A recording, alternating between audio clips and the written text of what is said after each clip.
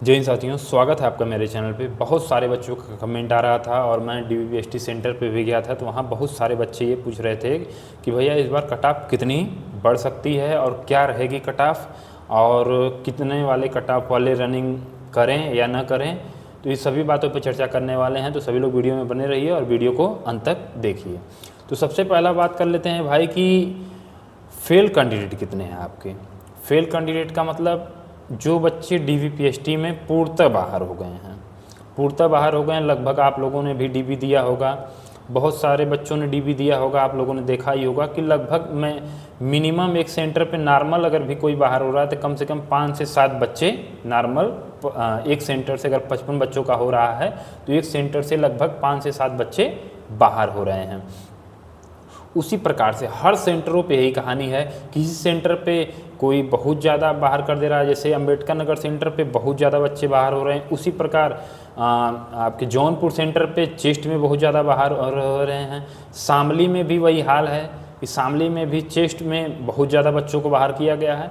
तो इन सभी का डाटा निकाल के ये मान लिया जा सकता है कि लगभग 55 मतलब टोटल जो 2.6 गुना लगभग 1,07,000 बच्चों को बुलाया गया था, उसमें से लगभग 10% बच्चे डीवीपीएसटी में आपके बाहर हो गए हैं। 10% बच्चे आपके डीवीपीएसटी बाहर हो गए। अगले 10% जो हैं उनको प्रोविजनल में डाल दिया गया है। प्रोविजनल का मतलब ये हो गया कि अगर उनका नंबर, मतलब जिनका भी डॉक्यूमेंट में थोड़ी भी गलती रही है, चाहे वो कास्ट सर्टिफिकेट हो, चाहे वो मान लीजिए एनसीसी का हो, डाल दिया हो उन्होंने, एनसीसी पे टिक कर दिया हो, डॉक्यूमेंट हो ही नहीं, या फिर जिसके पास एनसीसी का हो और उन्होंने टिक न किया हो, जिसने डीएल का टिक कर दिया हो, डीएल उसके पास है ही नहीं। तो इन सभी जो बच्चे उसमें प्रोविजनल में डाले गए हैं, तो उनमें से जान लीजिए कि 70 से 80% बच्चे जो हैं वो ऑटोमेटिक अपने कैटेगरी से बाहर होंगे। नॉर्मल सी बात है, 20% से 25% बच्चे ही अपने कैटेगरी में रह पाएंगे, बाकी सभी बच्चे अपनी कैटेगरी से बाहर चले जाएंगे, या तो जनरल में चले जाएंगे या तो उनके डॉक्यूमेंट से उनको बाहर ही कर दिया जाएगा। डॉक्यूमेंट बहुत ज़्यादा गड़बड़ होता है। तो मेरे हिसाब से, मानने के हिसाब से कि 70 से 18% बच्चे डीवीपीएसटी में टोटली बाहर हो जाएंगे। ये चाहे प्रोविजनल वालों को ले लीजिए, चाहे जिनका हाइट चेस्ट जैसे भी कम बेसी रहा हो, तो ये 70 से 18% बच्चे कम हो जाएंगे। अब बचे लगभग आपके 80% बच्चे, मान सकते हैं मोटा मोटी 80% बच्चे बचे। 80% बच्चों का मतलब जान लीजिए कि 85 से 90 हज़ार बच्चे, 85 से 90 हज़ार बच्चे अब दौड़ के लिए ट्राई कर रहे हैं। और दूसरी चीज़ है कि वो भी बच्चे इस बार डीवीपीएसटी दे रहे हैं जो कट ऑफ में नहीं थे। कट ऑफ में नहीं का मतलब क्या है कि जिन बच्चों का नंबर कट ऑफ से कम था लेकिन फिर भी नॉर्मलाइजेशन में उनको लाभ मिला है और वो कट ऑफ में किसी तरह डीवीपीएसटी के लिए क्वालिफाई कर गए हैं। जैसे मान लीजिए किसी ज़िले की कट ऑफ गई 60, वहाँ के बच्चे का नंबर था जो उसका रहा स्कोर बन रहा था लगभग 58 नंबर, लेकिन बट में उसको नॉर्मलाइजेशन में लाभ मिल गया तो वो लगभग 60 ही नंबर या 60 से 2.5 से 3 नंबर मिला उसको और वो डीवीपीएसटी के लिए क्वालिफाई कर गया। तो वो बच्चे स्वाभाविक है कि भाई उनको फाइनल मेरिट में स्वाभाविक है कि बाहर हो जाना है, क्योंकि वो ऑलरेडी कट ऑफ में नहीं थे। बहुत से बच्चों के साथ ऐसा होगा कि उनका नंबर मान लीजिए कट ऑफ आपका 60 बना है तो लगभग उनका 58 नंबर होगा, 59 नंबर होगा, किसी का 57 नंबर होगा, लेकिन नॉर्मलाइजेशन में उनको लाभ मिला तो वो डीवीपीएसटी के लिए क्वालिफाई कर गए। तो बहुत ज़्यादा कट ऑफ बढ़ने की संभावना नहीं है। अब अगले बच्चों का बहुत सारे कमेंट आ रहा था कि नॉर्मलाइजेशन में कितना बढ़ सकता है। तो देखो भाई, नॉर्मलाइजेशन में बढ़े लेकिन घटेगा किसी का नहीं, किसी भी शिफ्ट में हो, चाहे 25 हो, 26 हो, 27 हो, जिस भी शिफ्ट का हो। जो 25 की पहली शिफ्ट है उसको भाई स्वाभाविक है कि लाभ मिलना ज़्यादा है। जो आप जितने भी एग्ज़ाम देते आ रहे हो उसमें सब में बच्चों को जो पहली शिफ्ट होती है, जो पहला डे होता है, उसमें सभी बच्चों को बहुत ज़्यादा नॉर्मलाइजेशन का लाभ मिलता है।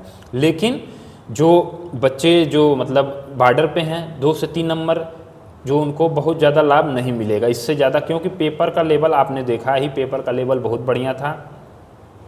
तो इसी प्रकार ये कह सकते हैं कि बहुत से बच्चे ऐसे ही मतलब बाहर हो जाएंगे जो कट ऑफ के दम बॉर्डर पे हैं। दम जान लीजिए कि मतलब कट ऑफ के दम जो फाइनल मेरिट आएगी तो वो स्वाभाविक है बाहर उनको होना है। तो नॉर्मलाइजेशन में आपका 2 से 3 नंबर किसी का घटेगा नहीं, बढ़ेगा ही, चाहे वो 0.5 ही बढ़े, चाहे 1 ही नंबर बढ़े, लेकिन बढ़ेगा। अगला बच्चों का प्रश्न आ रहा था कि क्या भैया वेटिंग लिस्ट आएगी, तो मेरे हिसाब से मेरे भाई वेटिंग लिस्ट कोई नहीं आने वाली है। जो आपको ये बता रहा है वो छलावा है।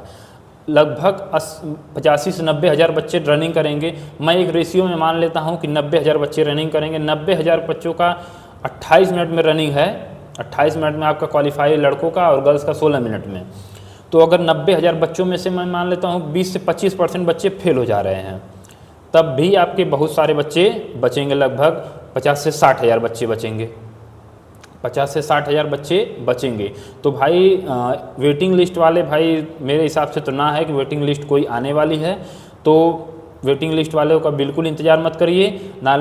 कोई भर्ती खाली जाने वाली नहीं है। इसमें जितने बच्चे हैं वो सेलेक्ट हो जाएंगे। तो रनिंग में 20 से 30% बच्चे फेल हो जाएंगे।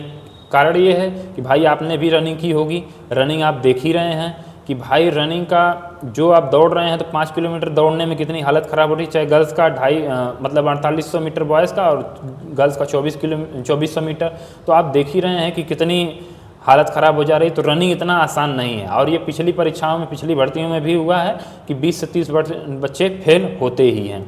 ये पहली भर्ती है जिसमें सबसे ज़्यादा हाइट में बच्चे छट रहे हैं। ये कहा जा सकता है कि इस भर्ती में सबसे ज़्यादा हाइट में बच्चे छट रहे हैं। तो नॉर्मलाइजेशन में आपका मिनिमम जान लीजिए कि 2 से 3 नंबर बढ़ेगा और कट ऑफ भी यही रेशियो रहेगा। 2 से 3 नंबर कट ऑफ बढ़ेगा। जो बॉर्डर पे हैं वो बाहर हो जाएंगे। मैंने बताया कि जिनका 57-58 नंबर है वो स्वाभाविकता रूप से बाहर हो जाएंगे। तो उम्मीद हो जानकारी आपको अच्छी लगी होगी। जय हिंद।